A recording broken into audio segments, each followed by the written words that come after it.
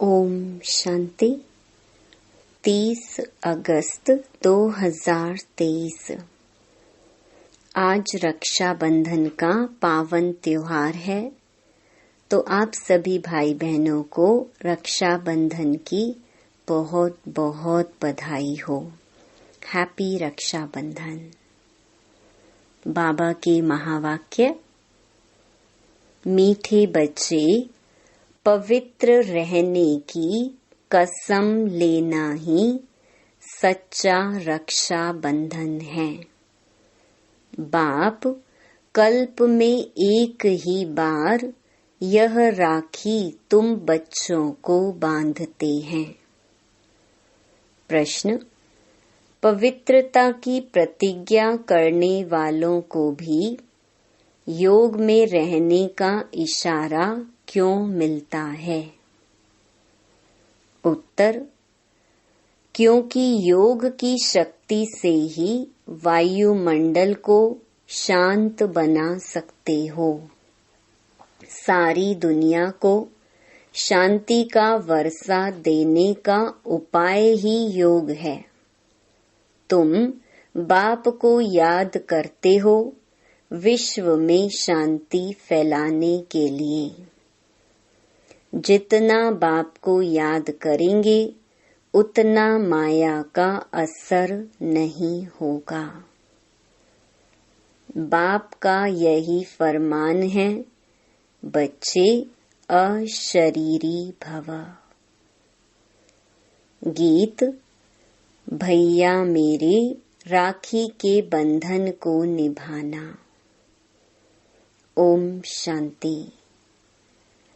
बेहद के बाप का बच्चों प्रति फरमान है कि अशरीरी होकर रहो, अर्थात अपने को आत्मा निश्चय कर इन कर्मेंद्रियों से अपने को अलग समझो। यह शरीर डिपेंड करता ही है आत्मा के ऊपर। आत्मा अलग हो जाती है तो शरीर कोई काम की चीज नहीं रहता, जिसको फिर जलाया जाता है। जब आत्मा निकल जाती है तो जैसे मुर्दा किचड़ा हो जाता। किचड़ा होता है तो कहते हैं कि इस किचड़े को जला दो। आत्मा बिगर यह शरीर काम का नहीं है, तो अहम आत्मा इमोर्टल है। यह शरीर जो पार्ट बजाने लिए मिलता है, यह विनाशी है। आत्मा निकल जाती है तो यह शरीर कोई काम का नहीं रहता, बदबू हो जाती है। शरीर के बिगर आत्मा साइलेंस रहती है। बाप समझाते हैं, तुम्हारी आत्मा का स्वधर्म है साइलेंस। तुम जानते हो हम आत्मा वास्तव में परम धाम की रहने वाली हैं। परम पिता परमात्मा भी वहाँ रहते हैं। जब कोई दुख होता है तो बाप को याद करते हैं, मुझे इस दुख से छुड़ाओ। आत्मा ही सुख दुख में आती है। बहुत सन्यासी आदि हैं जो कहते हैं आत्मा निर्लेप है, परंतु नहीं, आत्मा में ही खाद पड़ती है। सच्चे सोने में सिल्वर पड़ती है तो सोना 24 कैरेट से 22 कैरेट बन जाता है। सच्चे सोने में खाद डाल देते हैं तो जेवर मुलम्मे का हो जाता है। आत्मा ही मुख्य है।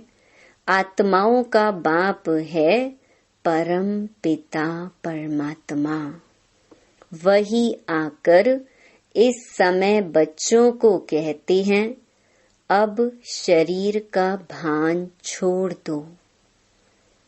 मैं आत्मा हूँ, बाप के पास जाता हूँ।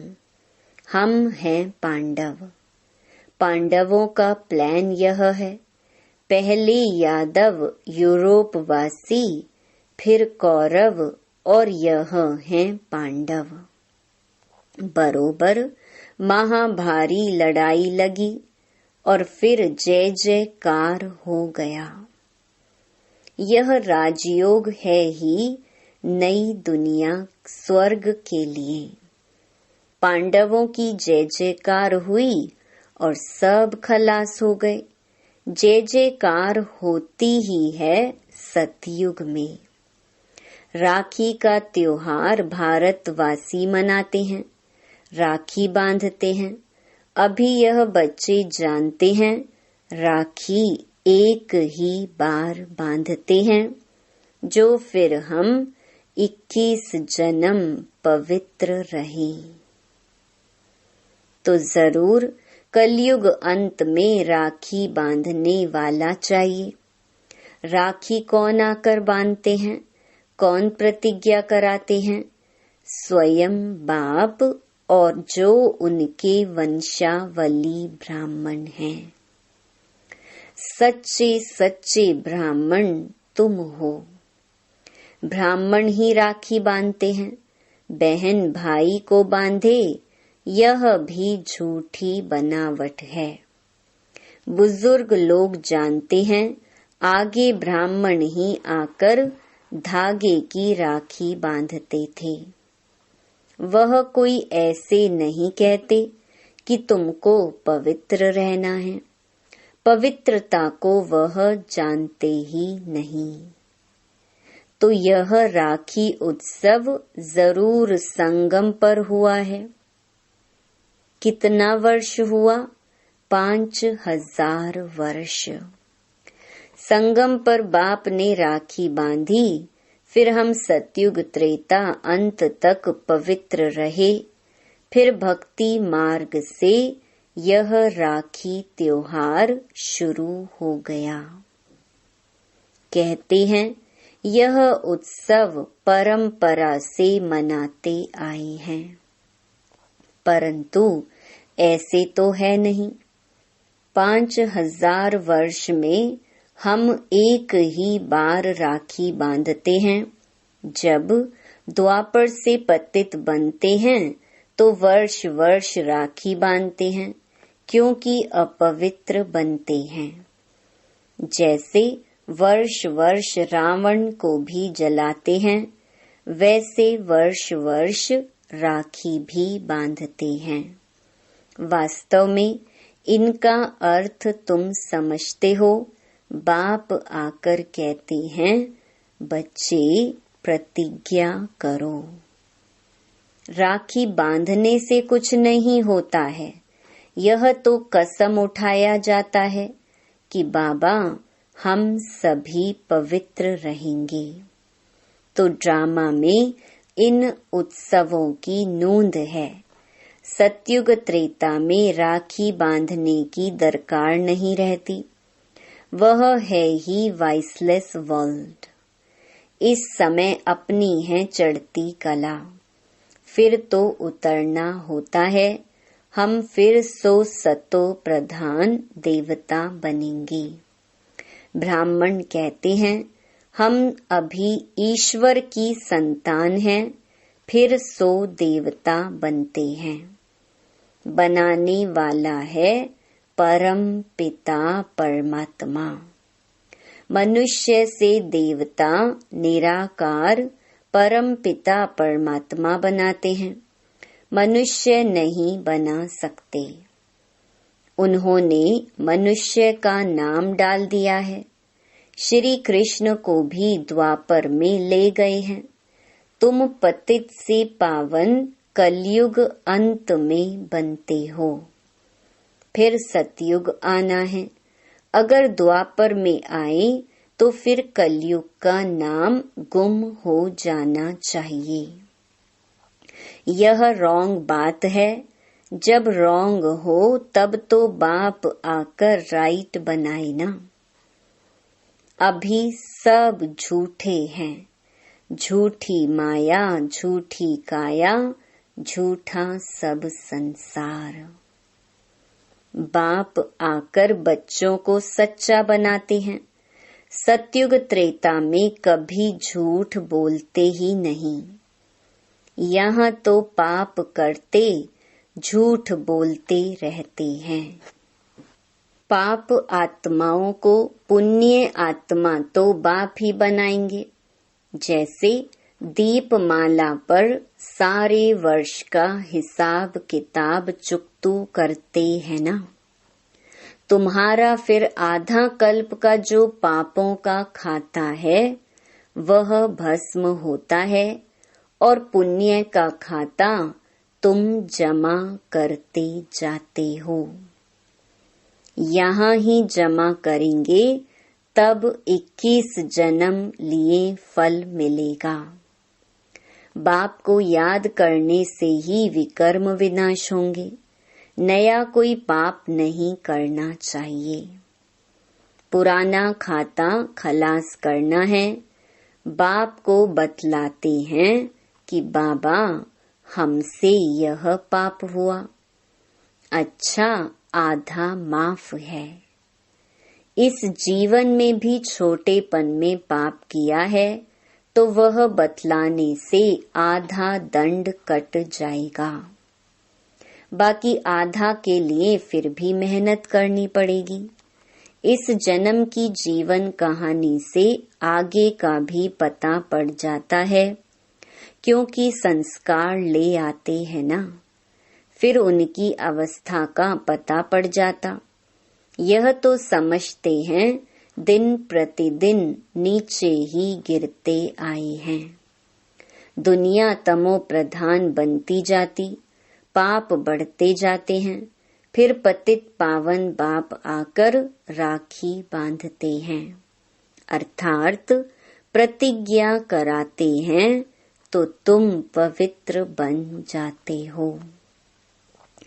परंपरा अर्थात हर 5000 वर्ष बाद यह सच्ची सच्ची राखी बाप से बंधवाते। फिर उसकी रस्म रिवाज आधा कल्प चलती है। उसका महत्व बहुत है। पहले पहले महत्व है जो राखी बांधते हैं। उनका उत्सव है मुख्य।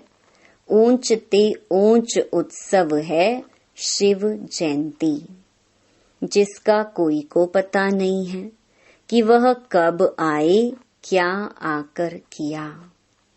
इब्राहिम, बुद्ध, क्राइस्ट आदि कब आए ये तो सब जानते हैं ना। उनसे आगे सतयुग त्रेता में क्या था वह हिस्ट्री ज्योग्राफी कोई जानते नहीं। देवी देवताओं की राजधानी कैसे स्थापन हुई, कितना समय चली, ये कोई जानते नहीं। मुख से कहते हैं सतयुग के लक्ष्मी नारायण सर्वगुण संपन्न, 16 कला संपूर्ण, संपूर्ण निर्विकारी थे। लक्ष्मी नारायण तो हुए महाराजा महारानी। उन्हों का बचपन भी चाहिए। बच्चों का किसको पता नहीं है। राधे कृष्ण को फिर उल्टा द्वापर में ले जाते हैं। यह मनुष्यों की अपनी कल्पना है।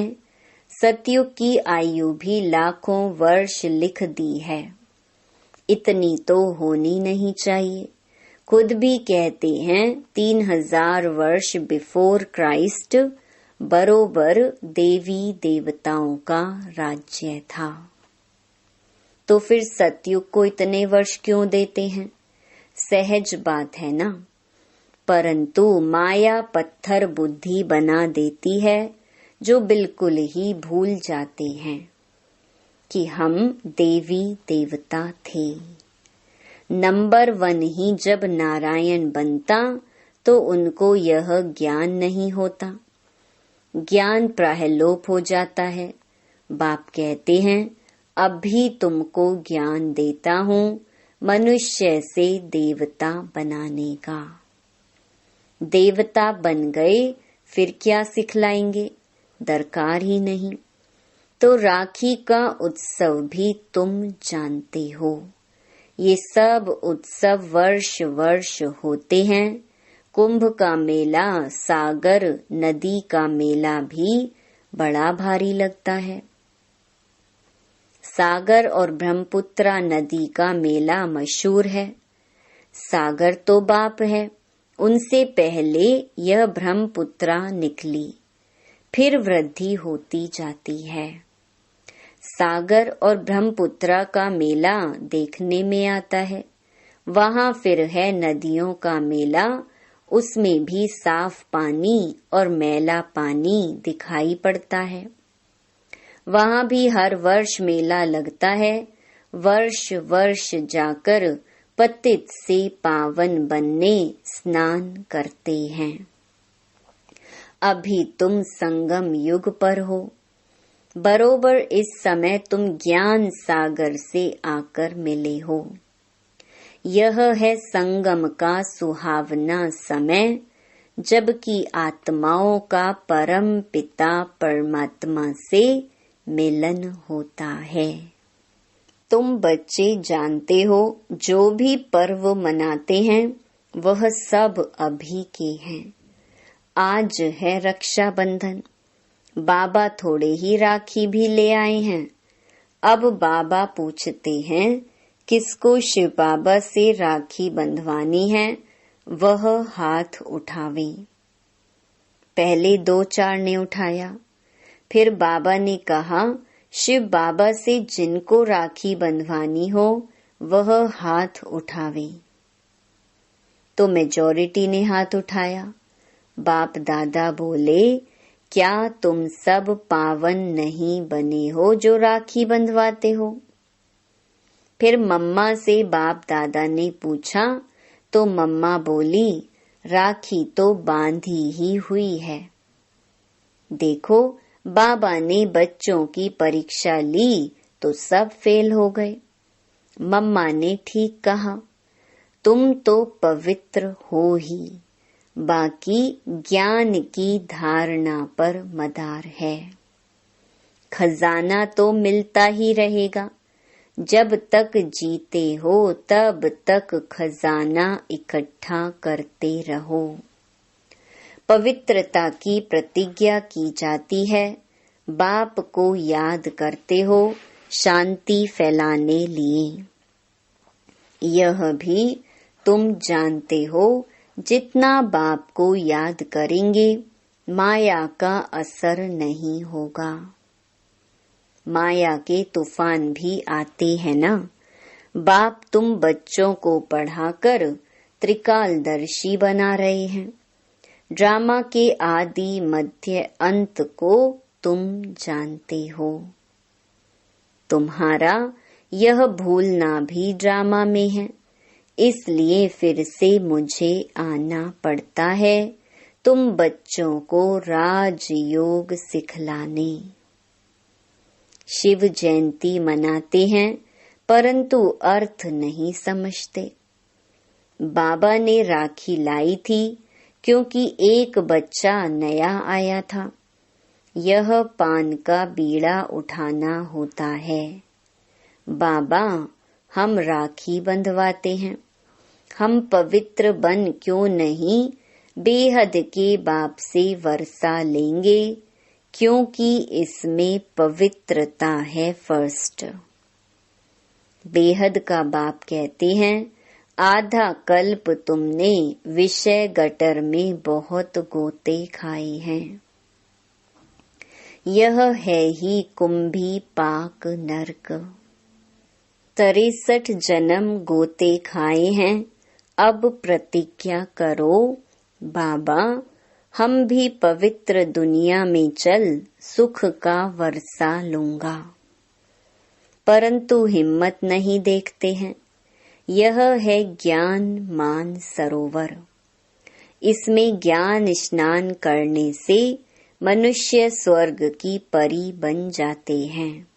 भारतवासी लक्ष्मी नारायण आदि के मंदिर बनाते हैं, परंतु उनको पता थोड़े ही है कि वह कब आए थे। तो यह हुई अंधश्रद्धा। तुम बच्चों को अब बाप ने आप समान मास्टर ज्ञान सागर बनाया है। जैसे बैरिस्टर पढ़कर आप समान बनाते हैं, फिर नंबरवार पुरुषार्थ अनुसार पास होते हैं। यह भी पढ़ाई है। एम ऑब्जेक्ट क्लियर लिखा हुआ है। शिव बाबा का भी चित्र है, परंतु समझते कुछ नहीं है। गाते हैं पतित पावन सीताराम। यह है ही रावण संप्रदाय। इसलिए बाप कहते हैं अपनी शक्ल देखो, 16 कला संपूर्ण, संपूर्ण निर्विकारी हो। अपने को आत्मा निश्चय करते हो। तुम्हारी आत्मा का बाप कौन है? उनको नहीं जानते तो तुम नास्तिक ठहरे। फिर नास्तिक लक्ष्मी को कैसे वरेंगे?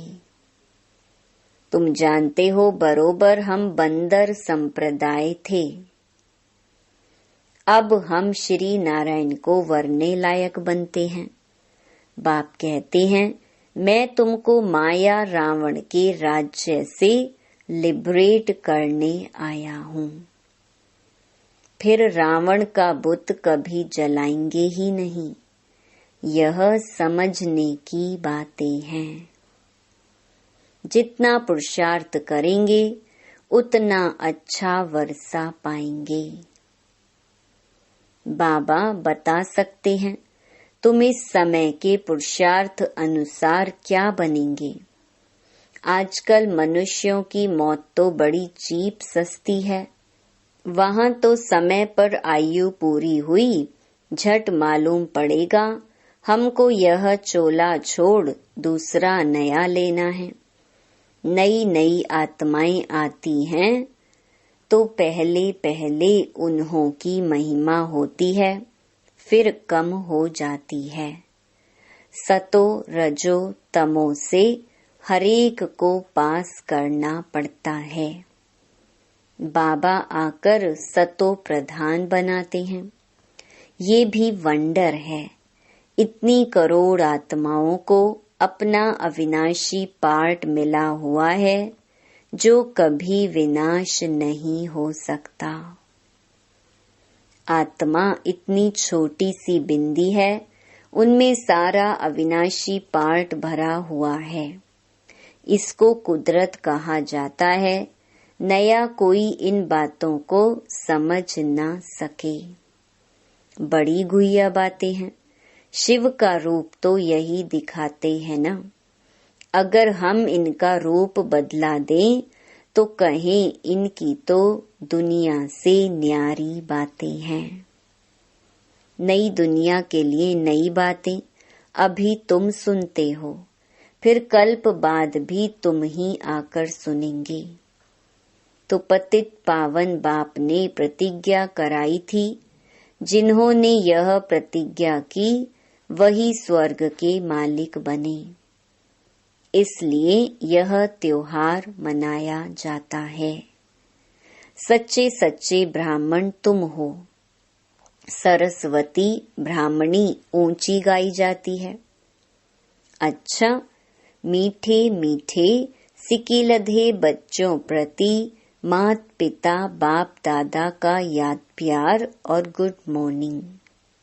रूहानी बाप की रूहानी बच्चों को नमस्ते।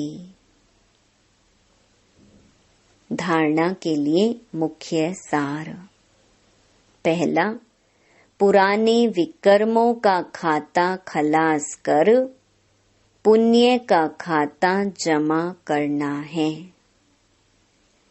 याद में रह शांति का वायुमंडल बनाना है। दूसरा, पवित्रता की प्रतिज्ञा कर पवित्र रहने की सच्ची राखी हरेक को बांधनी है। वरदान, सदा दिल खुश मिठाई खाने और खिलाने वाले सच्चे सेवाधारी खुश मिजाज भव। जो रोज अमृत वेले दिल खुश मिठाई खाते हैं, वे स्वयं भी सारा दिन खुश रहते हैं और दूसरे भी उनको देख खुश होते हैं। यह दिल खुश की खुराक कैसी भी परिस्थिति को छोटा बना देती है। पहाड़ को रूई बना देती है। तो सदा यही स्मृति रखो कि हम दिल खुश मिठाई खाने और दूसरों को खिलाने वाले हैं। रोने की परिस्थिति में भी मन सदा खुश रहे, तब कहेंगे खुश मिजाज। उनके चेहरे से भी सेवा होती है। उनकी सूरत ज्ञान की सीरत को प्रत्यक्ष करती है। स्लोगन, जिसके हर संकल्प से अनेकों को श्रेष्ठ जीवन बनाने की प्रेरणा प्राप्त हो, वही पुण्य आत्मा है। ओम शांति।